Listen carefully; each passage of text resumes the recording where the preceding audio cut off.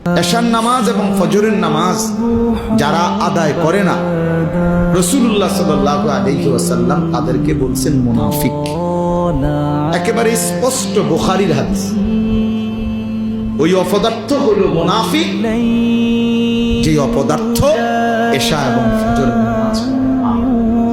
এই দৃষ্টিতে আপনাদের আমাদের অসংখ্য সন্তান, অসংখ্য মুসলমান যারা প্রতিনিয়ত ফজরের নামাজ পড়ে না, এদেরকে বলে রাখেন যে প্রত্যেকেই যেন ভোটার আইডি কার্ড, জন্ম নিবন্ধন সনদ এবং পাসপোর্ট যেখানে ধর্মের পাশে ইসলাম লিখছে এটা যেন চেঞ্জ করে, বরং এটা যেন শুধরাইয়া লিখে নেয় এফিডেভিট করে যে আসলে আমি মুসলমান নাই, মুনাফিক। কেন? আমি ফজরের নামাজ পড়ি না। ফজরের নামাজ পড়ার জন্য কোনো প্রস্তুতিও নাই, আমার মানসিকতাও নাই। এমন অসংখ্য জানোয়ার আছে, হাইওয়ান আছে, যে হাইওয়ানের কলিজার ভিতরেও খোদার এক বছরে 365 দিনে কোনোদিন এই জানোয়ার বলতে পারবে না ফজরের নামাজ কাকে বলে।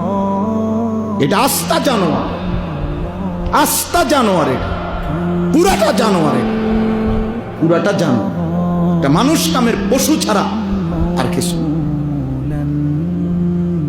365 দিন নাফরমান, তুই মানুষের বাচ্চা বেটা, কোনদিন ফজরের নামাজ পড়বি না। এত বড় বেহায়া বেশরফ মুসলমান হয় কি? এত বড় নিকৃষ্ট মানুষ মুসলমান হবে?